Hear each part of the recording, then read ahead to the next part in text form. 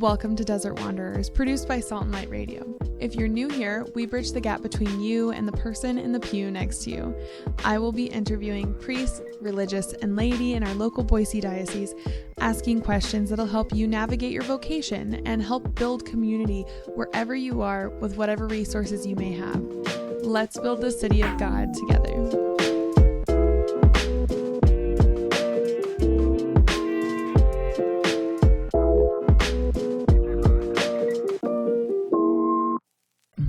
Good morning, David. How are you? I'm great. It's good to be with you. It's good to be with you as well. So I'm excited to have you on. We've kind of talked about this, and this is a little bit of a spoiler alert, but we're going to have you come on and do a series for us on science and faith, and we're really excited for this. So that'll probably be airing in the spring, early spring. So we wanted to have you on today and just kind of get your story. So great. We know, I'll tell the viewers a little bit about what I know about you. Okay. So you just retired from orthopedic surgery. Correct. Yes. Is that correct? Yes. Yeah. And then you're married and you have a family. And so if you want, just go ahead and kind of take us through your background. Well, I'll give you the short version. I grew up in Washington State, up north of Seattle. And great parents and 5 kids. I was the second. Cradle Catholic. I got to go to Catholic school from 5th to 8th grade. We didn't have a high school available where I lived. So I went to a pretty mediocre, to be generous, public school. And then I went to Carroll College in Helena, where I did pre-med. And went to University of Washington Medical School, then went into orthopedics and did my training at UCLA, and fellowship training in hand and wrist surgery back in New York at Columbia. Wow. Along with some other overseas training. And then got married, and my wife and I moved here right when we began our practice about 28 years ago. Okay. So I've had my entire orthopedic practice here in Boise, and I've had the fortune of treating many people. It's funny, I go around town now and always run into somebody that I've had the pleasure of getting to try to help. And anyhow, it's been a great career. My wife and I are empty nesters. Our kids are all in their 20s now and doing well. And so we were ready to retire, and that's just come about recently. Okay, so that's a lot of jumping around. Were you and your wife together for the whole period, or where did you guys meet? We met during my orthopedic training at UCLA. So She grew up mostly in California and was living in California when I met her. Okay. And is she in the field of medicine as well? She is, physical therapy. So I was doing my orthopedic training at UCLA, and she had gone to school at USC, although she was working at UCLA. So we get to have a little rivalry there. But yes, she is a physical therapist and worked at St. Al's here in Boise when we moved up here. After our second son was born, she was really a full-time homemaker at that point. Yeah. And she's been very involved in fundraising. Our kids went all through St. Mark's and then through Bishop Kelly. And she's been heavily involved at both of those schools.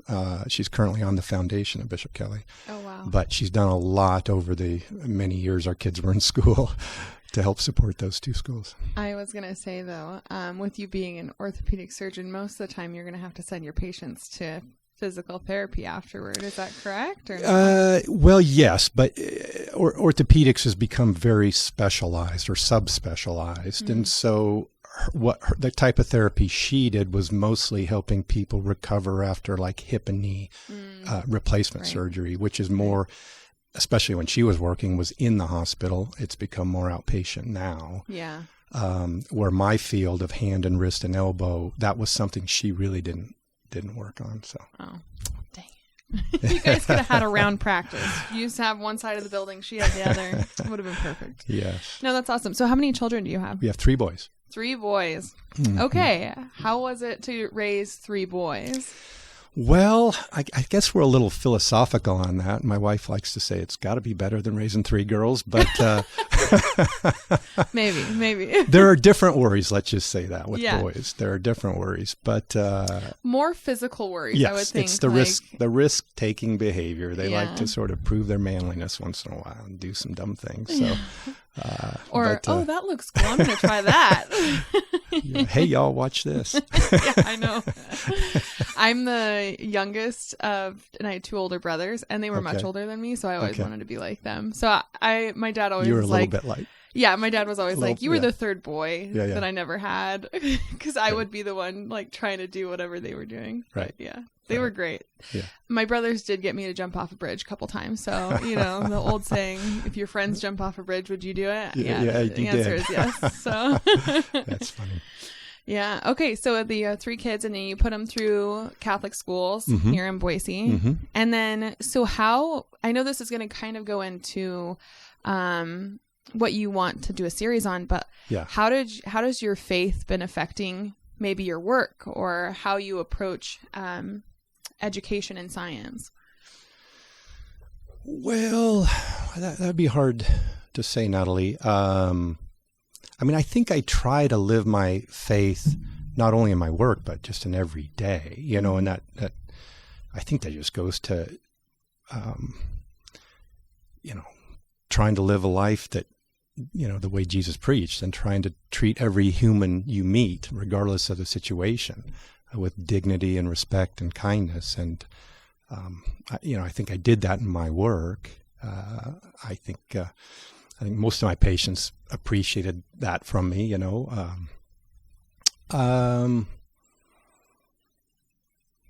Yeah, I don't know. We'll get into talking a little bit more about the things I've learned to do the career I've had and the science knowledge I have, and how that's kind of leading me toward trying to do a little bit of work and getting the message out that there's this actual strong relationship between science and faith. But I'm not sure how much that affected me throughout my career. Mm-hmm. Did it affect you more in your family life? Well, knowing my family, which is not your family, but all of us kids had a time where we kind of pushed away and wanted to figure things out for ourselves. And I think that's healthy, actually. I really do. My wife and I have encouraged our kids to question everything. I think when we're young, until you get to be perhaps a teenager, what you believe is based on people you trust. It's based on, you learn from your parents, you learn from your teachers, and maybe older siblings and things like that. But I'm actually encouraging kids I talk to, teenagers and young adults, to go ahead and question everything. If they believe in God, I want them to believe in God based on, not because it feels right or because someone they like also believes in God. I want them to believe in God based on reason, and science can give us some of that reason, believe it or not. Yeah. Do you feel like having a Catholic education where they speak on, you have classes on philosophy, do you think that that's helpful for that? Because I think a lot of the times, the only time that I was ever pushed to not learn a textbook was in my philosophy classes in college, right? It's the only time that I was really pushed to, not just study, memorize, and repeat, right? So do you think that that is something that is valuable in a Catholic school, or did you experience that when you were growing up? Or again, I had 4 years, basically junior high, I had a Catholic school, and then a public school from there, and then a Catholic college at Carroll College. I do think there is an advantage to kids and college students if they're in a bit more of a faith environment. I also, I look at the direction that particularly higher education is going these days, with really focusing very specifically on, whatever your field of study is. And we're getting away from the liberal arts, and you can make some argument that there's value in that, get yourself prepared for your career. But I think we're doing a little bit of a disservice there. I think a more broad liberal arts where there is some history and some philosophy and maybe some theology, arts, I think it opens the mind of young people to be able to learn more and to be able to critically think about things. Yeah. I think Bishop Kelly did a good job with that. With your kids? Mm-hmm. Yeah. Yeah. I agree. I went to a community college for 2 years and then a Catholic school. Uh-huh. And I feel like the first time that I actually had to come up with my own thoughts again was like in those philosophy classes, which I think is really beneficial because absolutely, I can't speak for other generations, but at least for people my age, it really was, there was no such thing as being held back. You got pushed through regardless if you passed or not. And it was like, if you're not learning, then okay, doesn't matter. We'll just get you through. I mean, I think there was a couple people that dropped out my senior year, but it was their choice. It wasn't like the school was saying, oh, you failed, so you can't pass. And so I think there is this, I think it kind of goes into twofold, right? When we're talking about maybe people that are just consuming this atheist ideology and that God doesn't exist. And it's just because, I hear that a lot. Yeah, social that message media. Is loud. That message is loud. Yeah. And it almost seems like a lot of the times in any topic, it's what is the loudest media that we're hearing versus, do I really need to like sit down and look at the arguments on both sides and kind of dive into that. I think it's important for all of us to remember because, the choir is quite loud. So if we get into our own thoughts, my husband is really good at, he's an intellectual. He could read for his whole life. If he could get paid to read, he would do it. If he could get paid to do like research in the field of philosophy or. Did he have a time like you mentioned you did where you kind of questioned? So much more than I did. Yeah. I think that's healthy. Yeah, his parents put him through Catholic school. And then he told them that he didn't want to go to Catholic school anymore because he was an atheist. And then my mother-in-law was very angry. She called the school and said, and this isn't a tribute to Catholic schools, actually. I really think this is a beautiful thing. They said, she called him and said, I didn't send my kid here to become an atheist. I sent him here to be a Catholic. And they said, he's on the path to truth. And if this is where he needs to be right now, he needs to follow this because if he's really curious, if he's really on the path for truth, then he'll find God. And that's what they told her. And sure enough, he came around and he became Baptist for a while. And then, but he was seeking truth. Yeah. Right. Yeah. And my mother-in-law always talks about like, he was like 4 or 5 years old going, Mom, where is God in the universe? What is outside of the earth? And like thinking of like, where is heaven? And she's like, I don't know, honey. I think it's funny you mentioned that because I think it's sad. I just had this conversation a couple of nights ago with my kids, but I think kids are inherently somewhat philosophical. They wonder what is the meaning of themselves and does their reality differ from other people around them. I remember having kind of some thoughts like that as a kid. And then we tend to lose that, I think. Yeah. You get to be an adult and you get busy with everything you're doing. And we tend to not sort of ponder some of those big questions because maybe we're too busy or maybe we're lazy. I don't know. But I think the struggle for productivity. Yeah. I had, I don't know, I think it'll come out before you, but it was Andrew Furphy comes on and he talks about at this one point in his life, he was telling God that he's like, I'm more loyal to productivity than I am to you. I think something like that, basically. And he said that, it hit me so hard. I was like, it's so true. It really is. I think oftentimes it's pretty universal. Yeah. And I think it's gotten worse with all of our devices. There's no quiet time anymore. There's no time where you're sitting, maybe driving your car without the radio on, or just sitting on a chair by yourself with no distraction of any kind, or a walk that you're not listening to a podcast or a book, or the quiet times seem to be few and far between in society. But that's the time where I think the mind starts to think about some of these things. So I think we all need a little more quiet time. I agree. I mean, I was reminiscing about my childhood. I had a really good childhood. Mm-hmm. Lots of boredom. Mm-hmm. So, I have like a wild imagination. And, I was telling my husband about all these thoughts that I was having, and all of them came before I had a cell phone. Oh, yes. All of these memories I have that are like the best core memories, all were before I had a cell phone. Mm-hmm. Yeah. I definitely think screens, and it's hard. I think it's hard because I know that I'm addicted. We're all guilty of spending too much time in front of a screen. Yeah. I actually have an app block on my phone. So I have like work hours is during my kids' naps, and that's the only time I can get on social media. Yeah. Basically all the other time my phone is blocked up. Like I physically cannot get on my phone to like watch something but you know what? As soon as it's off, I'm like mindlessly scrolling.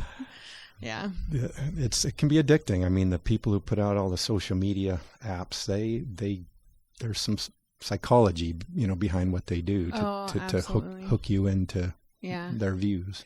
Anyways, sorry, long tangent. That's all right. When you had said earlier that you have asked your kids to question things, did you start pretty young with them in that?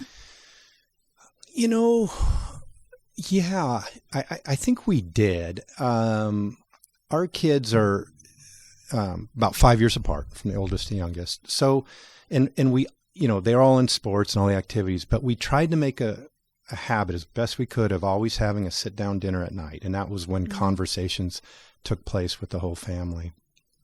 And I think by the time they were in junior high, the conversations would get a little bit deeper, certainly in high school, when they were all in high school or getting to high school. And all three of them ended up being on the Bishop Kelly speech and debate team, which for parents listening out there, our kids are involved in all these sports, all these activities and all the classes and everything.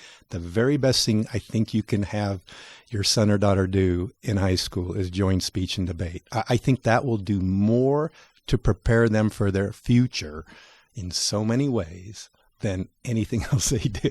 But anyhow. Wait, no, stop there for a second. Okay. But when your kids are learning how to be efficient or effective debaters, how did that push back on you guys? Wonderful. No, Really? Because this gets to what we were just talking about. So particularly when they're in high school and they got involved in that, and we'd have our evening discussions. And a lot of times after dinner's over, the kids were willing to sit for a while around the table and just talk about whatever it was.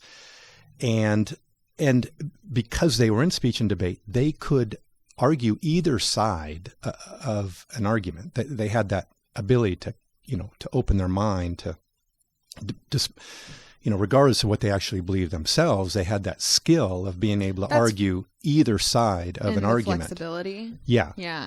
And I think that opened their minds more than anything I said or my wife said to keep an open mind. I think the fact they participated in that activity at Bishop Kelly opened their minds to question everything and try to understand, why do I believe what I believe? So tell me about speech and debate, because I don't think we had a team at our public school. So anyways, how does it work? Do you get a topic and... Well, there are different areas there's speech and debate are separate. The kids who participate in them are usually participate in both, of course, but they're really separate competitions. In speech, there are certain categories or styles, and in debate, there are certain different types of debates they can participate in. So they have to choose, they kind of explore each of them. Prompt and then have to pick a side? Or, exactly. Well, that's how some of it or works. Or does it get debate. Assigned to them? It can be either. It can be either. Sometimes it's very impromptu where they just get it and they only have a short period of time to develop an argument. Other times they know weeks in advance what they're going to be debating. They may not know which side of the debate that they're going to be debating that time. In other words, they have to come prepared to argue both sides of the issue, Yeah. So there's different styles in both the debate and in the speech. But our first son, it wasn't something we pushed. Our oldest son, Luke, came home his sophomore year. I think they're required at Bishop Kelly to take speech, as class in speech. Okay. And it was his speech teacher who told him he thought he would be good in speech and debate. He came home one night and said, "Hey, my speech teacher thought I should join the speech debate team." And we're like, "Whatever, if you want to." And we weren't like, no, we weren't like, you were just like, if that's something you want to do it. Sounds great, And all of a sudden we saw what it was doing for him. It was phenomenal. And then we actually kind of strongly encouraged our next two kids. We think you should join that. There was a little bit of pushback there, but they did. And I think if you ask them now, in fact, I know if you ask them now, what was the best thing, even though maybe it wasn't the most fun thing they did, but the best thing you did in high school, speech and debate. Again, I think it's like you're saying, it's kind of, I think it probably is doing what philosophy did for me in college. Yes. It's just like opening your mind. Yeah. And having to see what the other side, why they're arguing that. I think that's something that's good to remember, is that no one does anything because they want to be evil, right? Like everyone thinks that they're doing a good, or they see a value in it, right? Like no one is searching for evil. And so when we get and hear all these like really heated debates, I know the elections are coming up.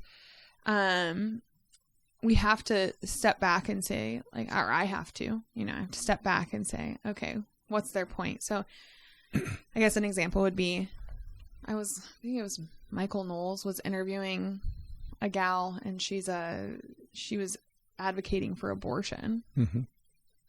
And what I heard from her wasn't that abortion is good.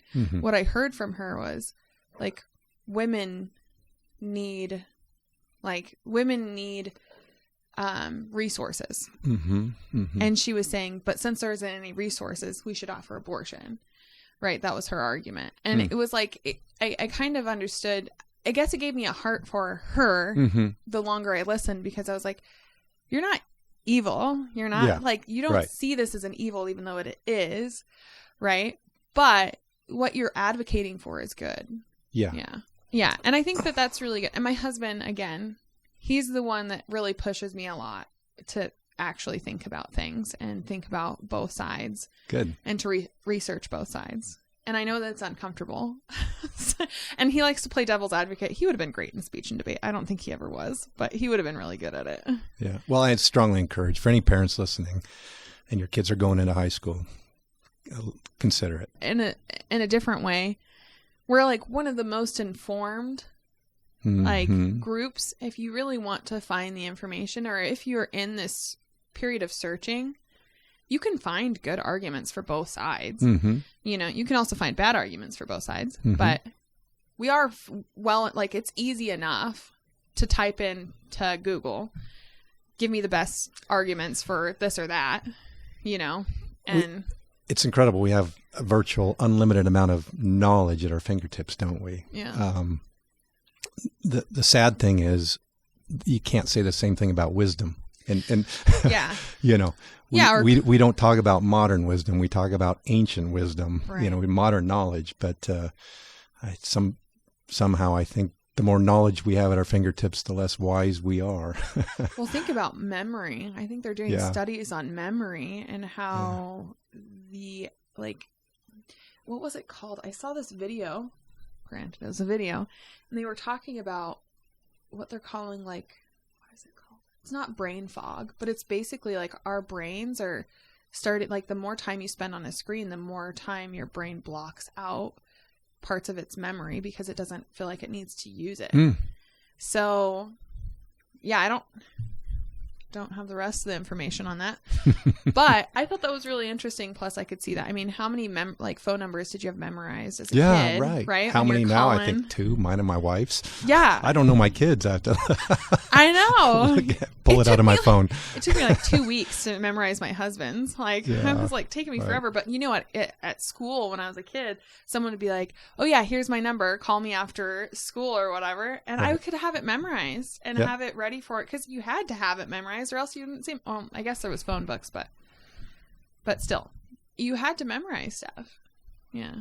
I definitely think that's a difference between like well, we're not going to change this technology. It's going to continue to evolve and be more pervasive everywhere. And in fact, I don't know where we're going with these. What's the chip that Elon Musk wants to put in the brain to connect you right to cancer? That's where that's going. I don't know, but anyhow.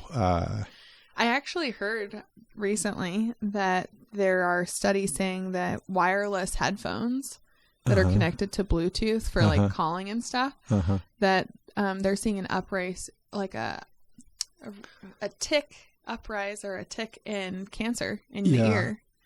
I'm careful when I hear those kind of things because we hear many of those things. For a long time, we heard cell phones increase brain cancer, and it's easy to put out a message like that and kind of get people worried. So whenever I hear that, I want to see the evidence. I don't want to just believe it blindly. I want to actually review the evidence. So.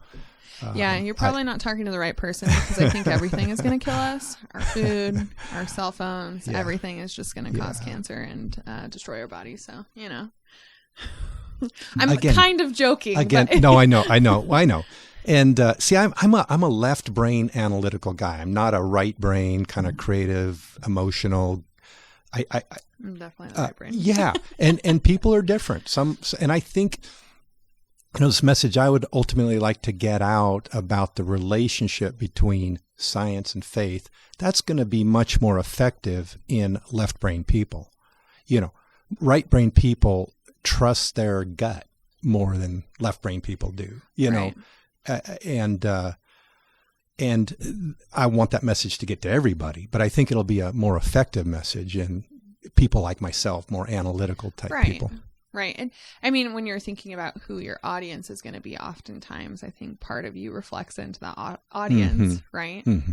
But I don't think that it's a bad thing because a lot of times right brain people, although they have lots of right brain people friends, but I don't know. And maybe this is different for you and your wife, but for myself, I'm very right brained and my husband is very left brain. But we complement each other. Same at our house, yeah. Yeah, so I think people are attracted to the oppositeness. So sure.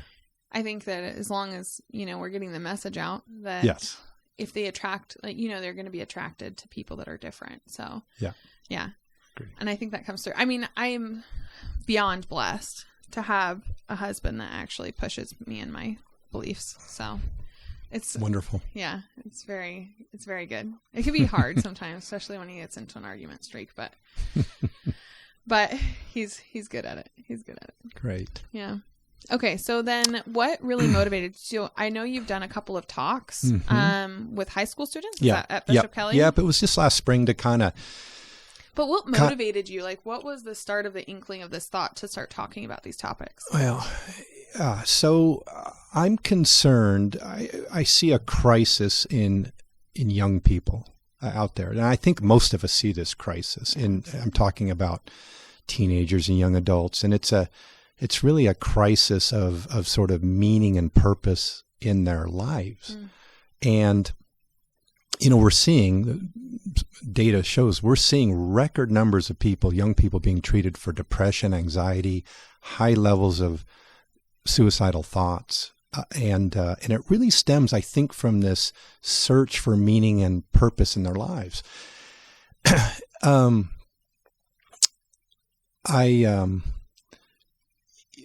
think that there's a message out there that is widespread, that we're responsible. Individuals are responsible for their own truth, their own meaning, their own happiness, their own purpose in life. You figure out what you want and follow your dreams. Do what makes you feel good. And I think that message, combined with this sort of atheist, materialist message that young people are bombarded with, that our very existence is just a cosmic accident that happened because of the laws of physics, chemistry, and ultimately through evolution, that we're a product of chance. Yeah. And that once our lives are over, we're worm food, and that's it. You get that message of, we're just an accident here, temporarily on this earth, combined with find your own happiness and truth in life. And I think these kids are just in an existential crisis. Like, what's this all about? Yeah. Okay, so where does that come from? I think it mostly comes from the large numbers of people that have lost any belief in God. I think that's the number one reason, and there's evidence to back that up. We can point to other problems. We were just talking about social media. I mean, there are other factors affecting kids right now, like social media, the entertainment industry, pop culture, and all these things, which are not helping. But I think the number one reason these kids are in this crisis, studies will show us that up to about 40% of people under age, I think 35, don't believe God's real. Bishop Barrett talks about the nuns, N-O-N-E-S, the people with no religion or no belief in God. And if you survey young people or anybody who believes God's not real, if you survey them and ask them, why do you believe God's not real? The number one reason they give is that they believe science has proven God's not real. Now, there are other reasons too, but that's the number one reason. And so I'm sure you're aware of it, but there's quite a message out there that there's a conflict between science and faith. That, do you believe in science or do you believe in faith? Right. And again, a lot of these young people think that science has now proven that God's not real. And so I think that's where the major problem is with this existential crisis. And so I thought, all right, I've been kind of, a couple years ago, I was able to kind of slow down my practice. I wasn't as busy. My kids are out the door. We're empty nesters. I suddenly had free time that I probably haven't had since college, to actually pursue something personal, kind of. So I started doing some reading in philosophy, which I hadn't done since I had a couple classes in college, philosophy, but some philosophy, some theology, and then even updating some of my scientific knowledge that hadn't necessarily been updated. And I'm realizing, maybe I can get a message out there, the real message between science and faith. Maybe I can do something to help young people go, wait a minute, this supposed conflict between science and faith isn't real after all. In fact, just the opposite. So yes, I had a couple conversations at Bishop Kelly with some of the students last spring. And now that I've just recently retired, I've got more time to sort of try to do whatever I can to get this message out. How were the students after your talk? Were they fairly receptive? Very much so. Very much so. But again, this was kind of my first foray into it. And although I felt, first of all, I'm a bit of a science nerd. Mm-hmm. If I didn't go into medicine, I would have been a physics teacher, I think. Yeah. I love that stuff. So I felt like when I gave those talks that I was trying to keep the science at a low enough level, and I probably still was a little too nerdy with the kids. So I learned kind of, okay, how can I be a little more effective messenger? All right. And so I'm trying to work on that a little bit. But even with that, the feedback was excellent in terms of whether they remember the arguments, and I can give many arguments where our current understanding in physics and cosmology and biology, how these different lines of scientific knowledge support the reality of God. I can give them the arguments. I can get as much detail as anybody wants.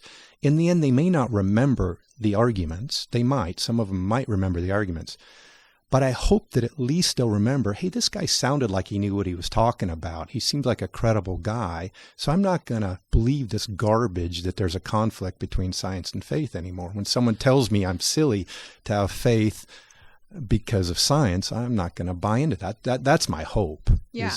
Well, I think when we were talking about left brain, right brain, I mean, I think if you present someone with a right brain a good enough argument that they're like, oh yeah, I can follow your logic. I can see where you're going. Mm-hmm. Sometimes that's like good enough for them to have a gut Right. like a gut reaction, Exactly. right? To be like, oh, well, I actually see right. that might not be a good, or, Yep. might just open their eyes. I mean, and the other things we have to remember is like, even though you're attracted to one or the other, doesn't mean that you don't cross over, For sure. So, yeah. Okay, so let's give a little teaser, and you can take as much time or as little time as you'd like. But what do you think the best argument for God's existence through science is? Wow. There are several. And they're all very, very good. I think the best one might be DNA and what we know about DNA. But I actually like to start, I think, the discussion with kids with cosmology in the beginning of the universe. Because I think, I remember growing up and kind of learning about the Big Bang and thinking, man, that's pretty cool that happened. And how did that happen? And I think, I don't know now if kids even really wonder about that or think about it at all. I think it's... I remember I was so devoted as a child that I was like, well, yeah, obviously the Big Bang happened and obviously God did it. Mm-hmm. Like, what do you mean? All of this thing is going to be happenstance? Well, I don't know that everybody feels that. I think your intuition there was correct. No, I know, but that's what I was saying is I was so devoted to my faith that I was like, that's obvious, like that it could be both, What's interesting about it is for human history, a majority of the critical thinkers, the philosophers and scientists and other people, most people thought the universe was eternal. The universe had always existed, that there wasn't a beginning to it. Yeah. And even when it was 1927 when the first theory kind of came out based on some scientific evidence that there may have been this thing that we now call the Big Bang. And that was really debated over the next 30 or 40 years. And now it's accepted. But I have a question on that. Do you know why that theory even started? Yeah. If it was like for human history, we always thought it was eternal, then what was the science that they found? Yeah, no, I can go into as much detail. How many hours do you have? Fine, we have as many as you. I am free the rest of the day, so. Yeah. All right, so going back to Aristotle and even Einstein in the first half of his life believed the universe was eternal. Even Thomas Aquinas, one of the greatest intellects of Christianity, struggled with it. He believed there was a beginning based on his faith, but he admitted that his reason seemed to indicate an eternal universe. So he struggled with that a little bit. But again, though, like, I don't know. I guess I'm just questioning, like, how would someone who can't, I don't know. Sorry. Right. Can't analyze the science that we have today, like with all the technology. Okay. Well, that's I think that's my role here is to try to get that message out. So going back to what you just asked me about how did we start to learn it? It was two things. Einstein's theory of general relativity, which was published in about 1916, kind of told us how mass and energy and particularly gravity relate to each other. Okay. And he had all these equations attached to this called field equations. And the first person was a Russian physicist who solved his equations and said, well, this only makes sense if we have an expanding universe. And then there was actually a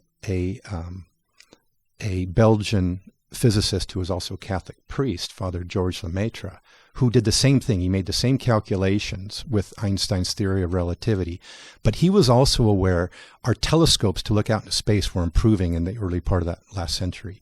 And these telescopes were now seeing that we were not the only galaxy in the universe, that what they used to call nebulae, they thought were gases out there, were actually other galaxies. Wow. And now they were able to use these telescopes to see these galaxies were all moving away from each other. So we thought we were living in a static universe that really wasn't changing dramatically. And now we had this astronomy observations showing us we had this expanding universe. So it was Father Lemaitre who combined theoretical physics from Einstein and these astronomy observations. He combined these and said, look, I believe there was a beginning to all this. If it's all expanding outward now, then at some point in the past, it all had to be at the same place.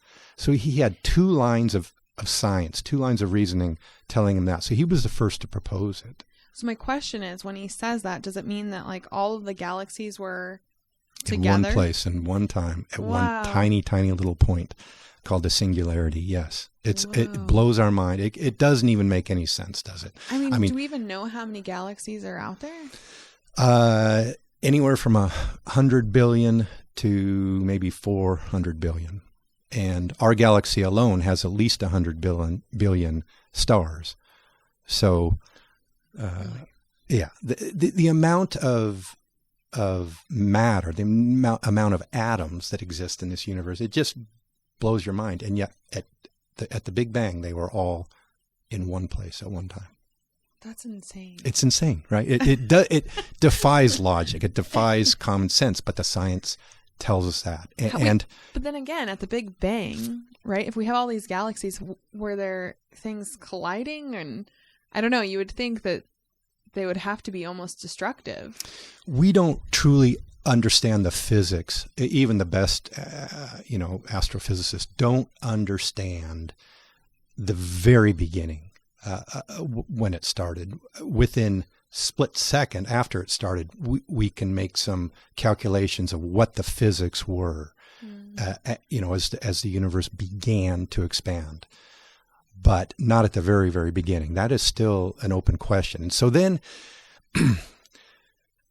we can look at that knowing that it did happen and question, well, why did it happen? All right. And we cannot, science, this is important. Science can never prove the existence of God, but we can give strong evidence for the existence of God. So when we look back, okay, what caused that Big Bang? Well, one obvious answer may be God, an almighty, all-powerful, creator. And you start to ask questions of why, that's when you go into philosophy. Exactly. But science is still looking into other potential, non-theistic causes, and there are several theories which are being explored and should be explored. And I don't want to get into too much of that right now, but there's strong arguments against most of these theories. There's not much evidence for them. So a logical person, if you dive into all that, a logical person says, well, it seems like the most obvious thing is God. So it gives us evidence without proof. Right. Of God. So I think that's fun to talk about because it does blow people's mind. Like, wow, let's think about this. And there's some other really interesting things to talk about in kind of the beginning of the universe. Okay, wait. So let's go back. So we have this Catholic physicist, right? This Catholic priest that's a physicist. Mm-hmm. So he's starting to use astrophysics to... Well, I call theoretical physics, which is really what Einstein was doing. Okay. Okay. Theoretical physics combined with astronomy observation. Yeah, so he's doing this, and this is when people are starting to think, okay, the universe is expanding.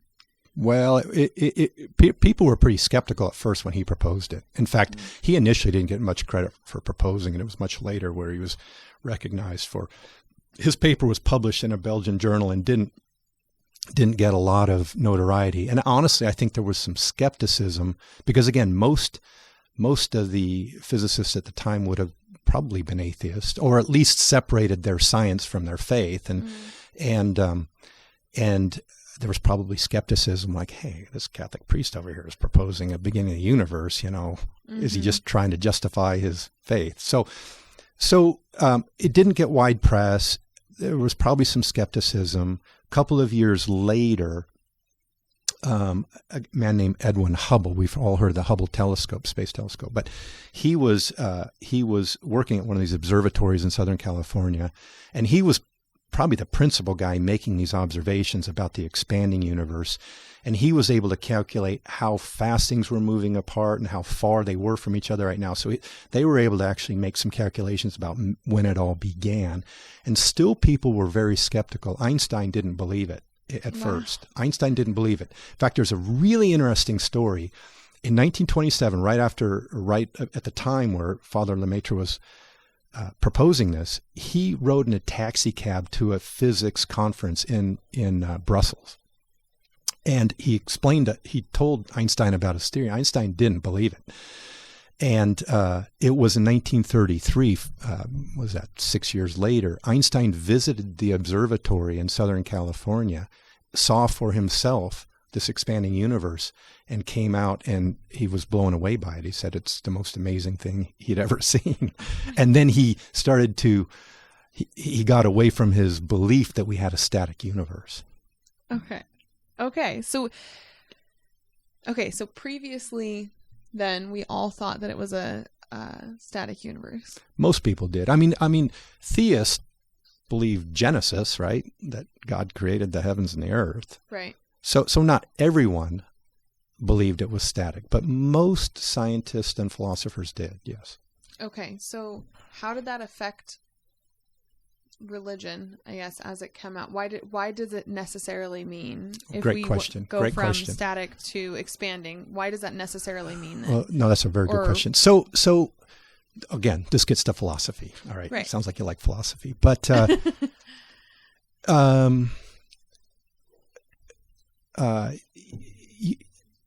there were some physicists who, when they first heard about this Big Bang, they go, that's absurd. You can't have something out of nothing. Right. You can't. Something has to be eternal. All right. And today, the atheists are also many times what we call materialists. They don't believe in God. They believe that everything can be explained through just the very existence of mass and energy. The fact we have mass and energy and then the laws of physics and the laws of chemistry and ultimately evolution can explain how everything's come about over time. Mm-hmm. But you have to have that mass and energy needs to be eternal. All right. If it was eternal, there was no reason to wonder where did it come from. Okay. Mm-hmm. If it had always existed. So it makes being an atheist a much easier an easier thing to argue, right? If mass and energy have always existed. So when we learned they had not always existed, they came into being, all of a sudden there was this big theistic implication, huge theistic implication of that. And that turned some of these scientists into believers. It didn't convince all of them. Many of them still tried to come up with other theories as to how this came about. And even today, it hasn't convinced everybody, of course, but it is convincing a lot of people. So I think that's something that I have heard, is that matter was always existing, but at that point, so I guess how I've heard it, which I don't know if this is a good argument or not, is that before the Big Bang, there was just matter and it was accumulating, like it was being attracted to one point, and then that's when the Big Bang happened. So I guess how would you... What you may be talking about here is an older theory that really isn't considered it seriously anymore. There used to be a theory that we had what's called an oscillating universe or a bouncing universe, and that is where matter all comes together, compresses together, and then expands again, and then eventually collapses in on itself, expands again. So maybe that's what you're talking about, where matter all came together at one point before the Big Bang. Is that what you're talking about? I think that's how it was explained when I've had people tell us that, it wasn't God, it was this matter always existed, and it was like, So that theory of this so-called bouncing universe really is not taken seriously in any way any longer, and I won't go into the scientific reasons for that. There are some other theories that people are looking into, but that one's not really taken very seriously. So no, there was a beginning to all matter. But do they have that through like physics? Like, yes. Are you able to prove that through mathematical equation and stuff? Exactly. So we know it at the moment of the Big Bang. Matter, energy, space, and time began. So this blows your mind too. Space and time did not exist. Time did not exist. We can't really ask what was before the Big Bang, because time began at the Big Bang. Space began at the Big Bang. So but at the same time, we're relying so heavily on mathematics. So how can we trust mathematics? Like, I know we can, right? Because we use it. Right. But how can we really trust mathematics to have these theories work? Do you know what I mean? I don't... Well, Yeah, I mean, there's a whole philosophical question on where does math come from? You know, why does 2 + 2 always equal 4, no matter where you are in the universe? Right. But and I think math there is a philosophy of math. I think there is like a full study on this. Sure, there is. Yeah, I don't know it. Sure, there is.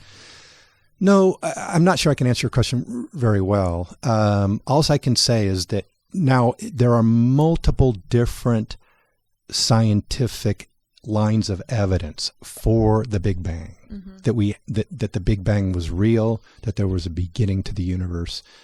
It's not just math. I mean, it's really, I've only talked about 2 so far, Einstein's theory of relativity combined with the astronomy observations, but there are other lines of evidence for the Big Bang. And so, you know, any sort of, we call it origins research, when we're trying to figure out how something began, we weren't there to observe it. You can't have absolute certainty, but you have to use your science and go as deep as you can to develop the evidence, right? Yeah. So no, can we say the Big Bang is 100% certain? Well, 99.999 something, because physicists don't really argue about it anymore.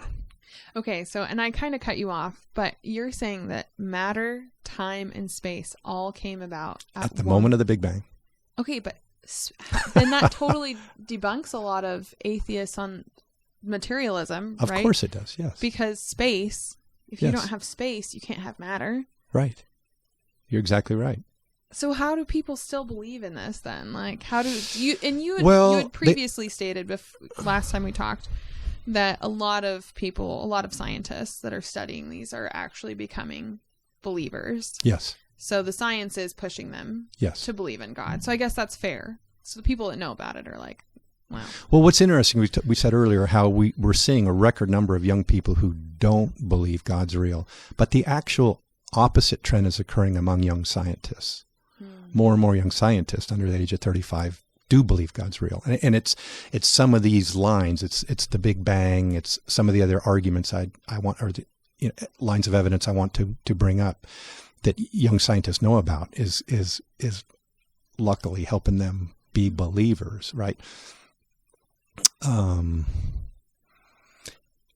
You asked me a question a minute ago about, okay, if you know the Big Bang's real, how can you not be a theist, right? Yeah. So that's kind of what you asked me a moment ago. Yeah. Well, I think people don't think about it.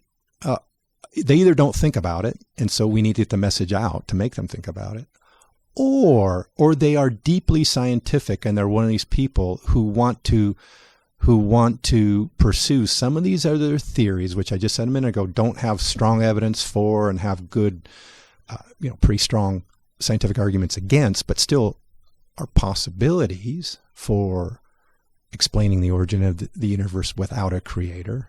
Okay. But I don't know if you can do that without space and time, can you? Well, I don't want to start talking about the multiverse and inflationary cosmology and quantum fluctuations and things that some of these people are thinking about. All things that will come out in the series, I'm sure. Yes. Yes. Yeah.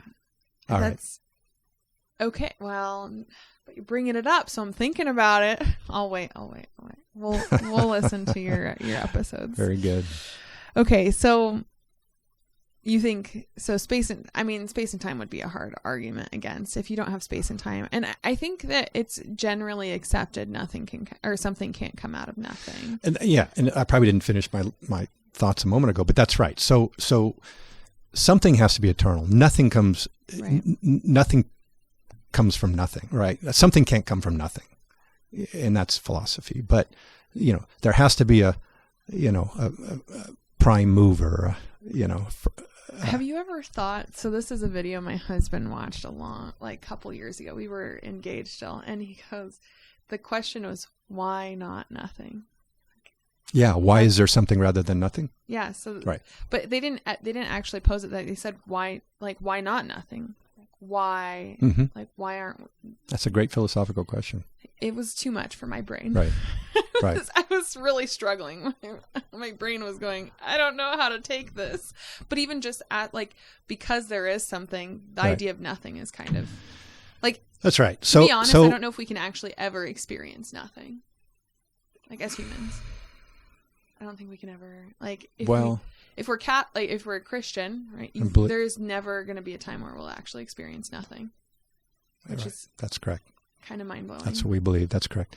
But back to where it all come from. So you're right. The materialists can't. They're kind of at a impasse there, saying, all right, if this Big Bang's true, which it is, where did it all come from? So something has to be eternal, right? Mm-hmm. And some atheists will want to argue, all right, well, if God created the universe, who created God?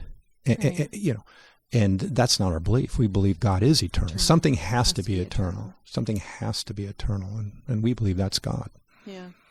I mean, do you feel like Aquinas' proofs, do you think that mm-hmm. they align well Absolutely. with the creation of the universe? Absolutely, they do. Absolutely, they do. And that's an important point that faith and reason, if they're both in search of truth, absolute truth, they can't contradict each other. And if they do contradict each other, one or the other is wrong, right? I mean, look, we used to believe that the earth was the center of the universe, right? That the mm-hmm. sun revolved around the earth, and Copernicus started the heliocentric arguments for the earth revolving around the sun. I mean, so our science, wasn't very good at the time, right? Right. And there was a conflict. There was as we started to learn that was incorrect. Well, wait a minute. There's a conflict here between what we believe in our faith and now what the science is telling us. And so when there is a conflict, you have to look at both. It's not always that the science is wrong. You have to keep an absolute open mind and go, let's get to the bottom of this and examine both our theology and our science. Yeah, I agree with that. Again, it goes back to this idea we were talking about earlier with your kids. It's like when you're able to argue from both sides, then you're able to kind of see the truth in wherever it lies, mm-hmm. But you have to be open to accepting, and you have to be open to accepting that your point of view is wrong.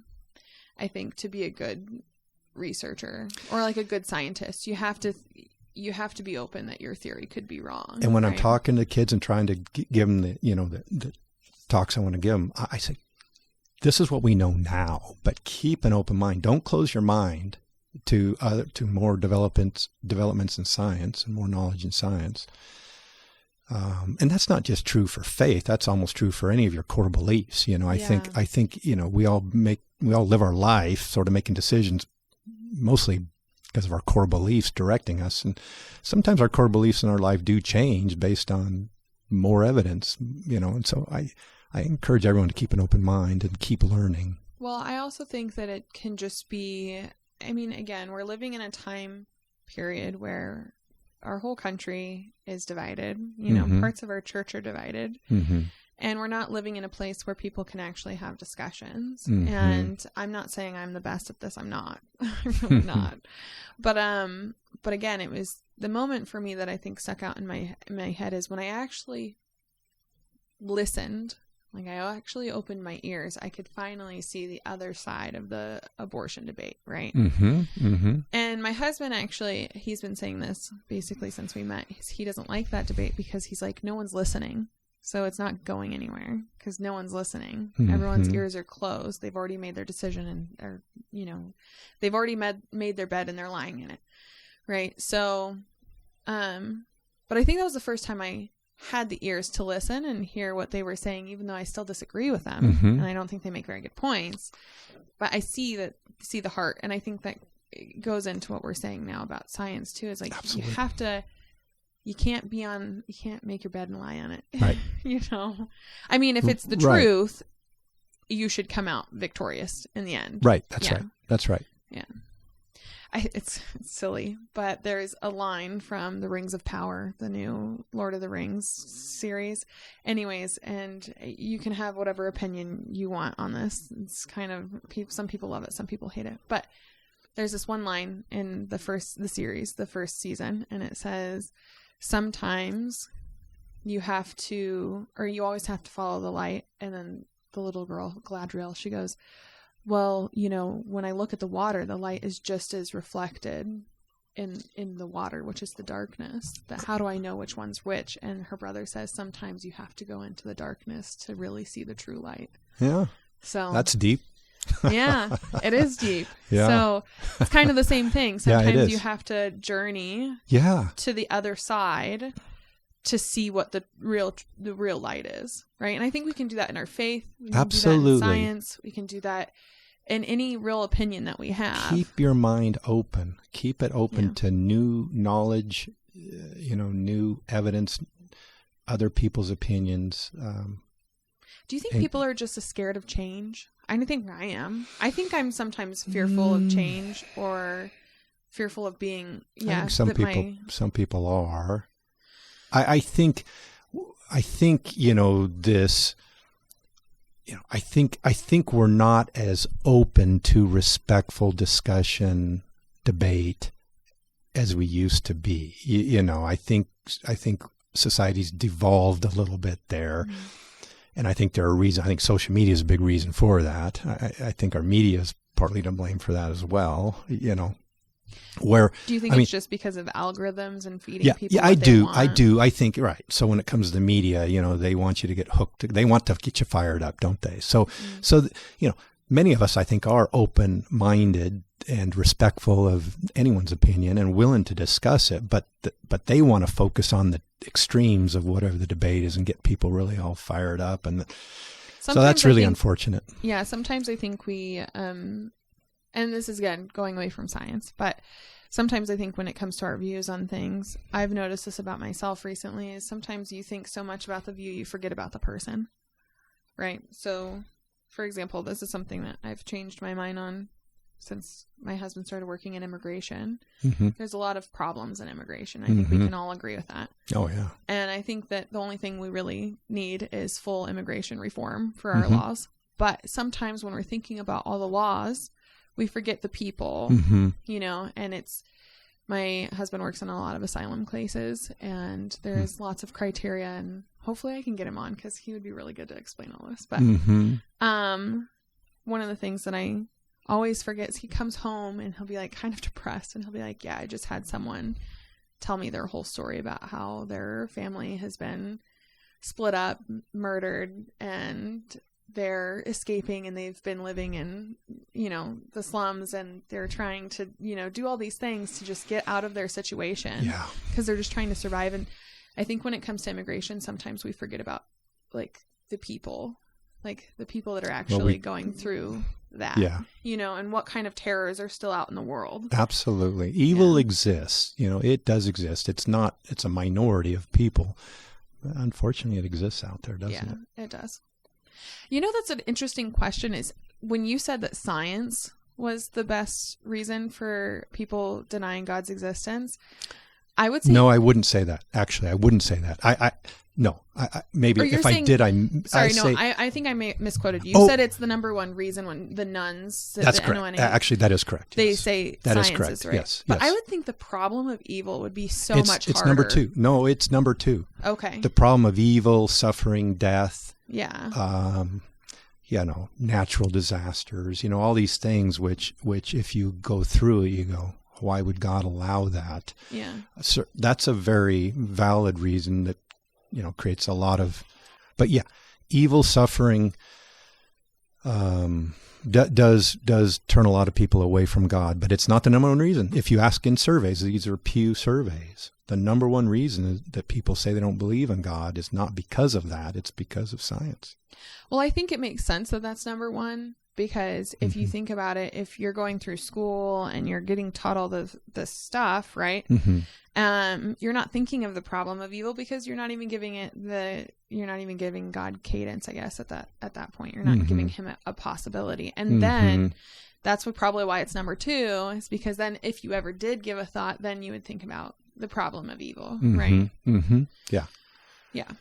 Science obviously is not the only way we can give evidence or argue for the existence of God. It's what I want to do. It's kind of where my wheelhouse is. But, philosophy, you talked about Aquinas' 5 ways, and that goes back to Socrates, right? He made philosophical arguments for the existence of a higher power. So we can get there through philosophical thinking, obviously through revelation. I mean, that's first and foremost, isn't it? Through God revealing himself through the prophets, through Scripture, and certainly through Jesus. I mean, that's our best evidence, but I'm going to make the case through science. And I think that's a good point that we go through science. And that's the beauty of the existence of God. If it's truth, then there should be other avenues that we can get to the same point. We live in a world where people want to have their own truth, but but truth is truth. I hate to say it. Truth is objective. If you arrive at truth through one line of evidence, another line of evidence should arrive there too, or there's a problem. So truth is truth. Yeah, and this is one of the other things that I think is interesting. So I recently watched this last weekend. I watched this video, and it's from the creators. I think the YouTube creator is Jubilee. Anyways, so long story short, they have in this video, it was a conservative sitting in a chair and then surrounded by 25 woke students or whatever, and they had different prompts, and they would go through all of them. But the thing I said to my husband after watching it, I was like, I think that the students, there's like a few students that actually gave good arguments on the other side. And so that was kind of fun to watch. But most of the time it was kind of just, he was basically, telling them what the truth is and they weren't arguing, right?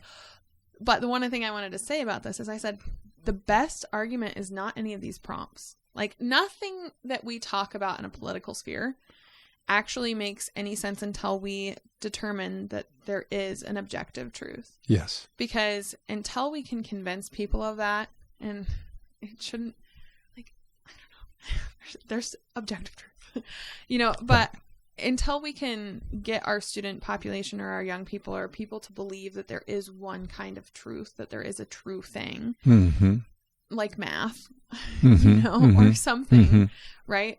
Then our arguments are not going to go anywhere. But what is the source of truth, right? I mean, this is where true. We need some ultimate source. I mean, you and I believe that God is the ultimate source of truth, goodness, and beauty, right? Yeah. The ultimate source of those 3 things. But if you don't believe in God, what's stopping you from developing your own truth? Right, because then you become God. Right. There's a saying like that somewhere, right? Yeah.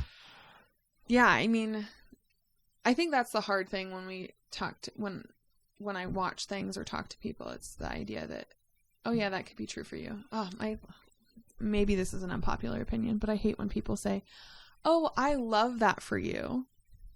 I love that for you. I'm like, no, it should just be a good thing. Like, it shouldn't just be like, oh, that's only good for you and like how you want to live your life, right? I have some family members that say that to me, and it drives me nuts. Like, they're like, I love that you have kids. That's so good for you. And I'm like, or that I love that for you. And I'm like, it's just a genuine good thing to have children and to be like pulled out of yourself and to actually care about something other than yourself. I mean, it's just a good thing. Good point. I think it sounds like they're trying to be nice though. No, they were. They were. And I obviously would not say anything like, I wouldn't be like not taking the compliment. Right. Okay. I love that they love that I have children. It's great. But I think as a society, that's a saying that's a couple generations, like the generation below me and maybe the one before, like below them, they say that. It just like really irks me. Because again, there is truth, there is good, there is beauty in color. Well, I mean, so you and I think truth is absolute. But I think goodness and beauty are relative to some extent, right? Well, but there is a supreme, there is an ultimate doesn't get any more beautiful, doesn't get any more good. Yeah. There is an ultimate supreme goodness and supreme beauty, and I think that's God. Yeah, I agree with that. And so then when we see good, like if God is only good, right? And then now we're going into theology and philosophy, but if God is only good, then we have everything that is not God is less good, right? Until like when you're completely away from God, what we would say was like hell, then that would just be bad, right? Lack of goodness, lack of any goodness, yes. So then there's obviously, like you're saying, the scale of right, and that's why I said earlier that no one chooses evil, right? No one chooses the lack of the good. What they're seeing is my like little tiny piece of good, and whatever they're thinking, or they think it's good, right? They're justifying it. I think some people justify evil in some way that they don't recognize it as evil because they think, it's not my field either. Right. And I'm sorry, to make many comments on it. I keep that's pushing this back in there, but I think Father Dom talked about this in one of his metaphysics classes about how, like, even a serial killer thinks that they're doing some kind of good for themselves, right? And so it's not like they're choosing evil, even though all of us would recognize it as evil, right? They're thinking that they're choosing some good that would be good for them, right? Yeah. So it's interesting, good and evil. I like that we're starting with science, though, because I think you're right. If people don't even consider, if they just kind of put it out of their mind, you can never get to the next step, right? Again, I sort of, what I'm trying to do is help what I see as a crisis among young people, and I think that crisis stems primarily, first and foremost, from a lack of belief in God, and I think I can give credible arguments and evidence that they should think about believing in God because of what science is now telling us. I think as Christians, we're all called to evangelize, aren't we? And it's uncomfortable. Most of us don't choose to do it, right? Most of the people we know that believe keep it pretty quiet and keep it pretty personal, and yet that's not what Jesus calls us to do. So I guess we kind of look at where our talents are, if we're willing to do it, and not many of us have the knowledge or talents or skills of people like Bishop Barron or Fulton Sheen or, these evangelists. So we can take what we have. I know a little bit about science, and I've learned enough in the past couple of years with readings and things I've done that I think I can make compelling arguments about how science and to be honest, I've learned where our science was 100 years ago, 150 years ago. And I wonder if I was the same person living 100 years ago, if I wouldn't have serious doubts about the reality of God based on where our scientific knowledge was at the time. And I can go through that. I won't do it right now, but I would like to go through how we've gotten to the crisis. Not only the evidence that I hope can bring us out of this crisis, but how we arrived here. And we have to back up and understand what science was telling us at the turn of the 19th century into the 1800s to the 1900s, and why so many people were atheists, and how that continued into the 20th century until these newer discoveries. And that, I guess that's another point, is like when we're talking about always being open, is, like you're saying, you could see how they would not be convinced of God. I mean, it's the same thing of like, I've heard people ask like, oh, well, if I was in Nazi Germany and they were telling me to do these things, I wouldn't do it. And I'm like, would you though? Like if you had a gun pointed at your head, would you? I'm like, I don't know if I would. Right. And that's awful. Right. That's like awful. But I think that being honest with yourself of being like, oh, I would never believe that, or I would never do that. It's like, you don't know until you're in that situation. Exactly. So that's true. Yeah. Okay. So we have, this series is going to come out in the spring. Okay. And we're really excited to drop it. We're going to do anywhere between 4 or 5 maybe 6. We'll episodes. See. Yeah. We're going to do about a handful of episodes. Yep.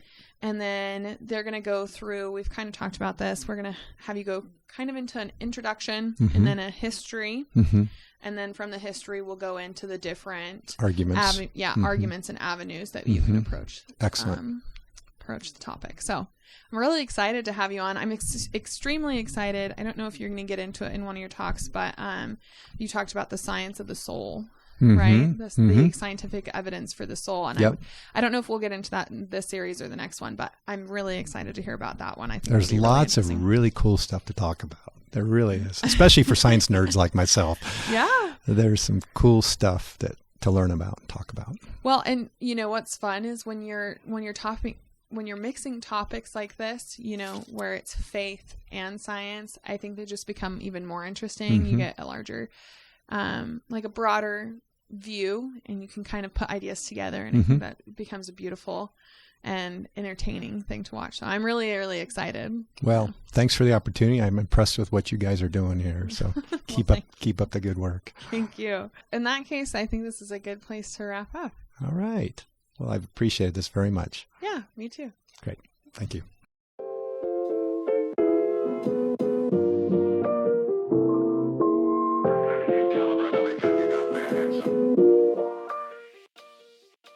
Thank you for tuning in to this episode of Desert Wanderers. If you liked it, give us a thumbs up as well as subscribe down below. We're produced by Salt and Light Radio, so you can find us on social platforms at Salt and Light Radio or Desert Wanderers Podcast. We produce episodes every week and we launch them for you on Wednesdays. So make sure to tune in for next week's episode, and we'll see you then.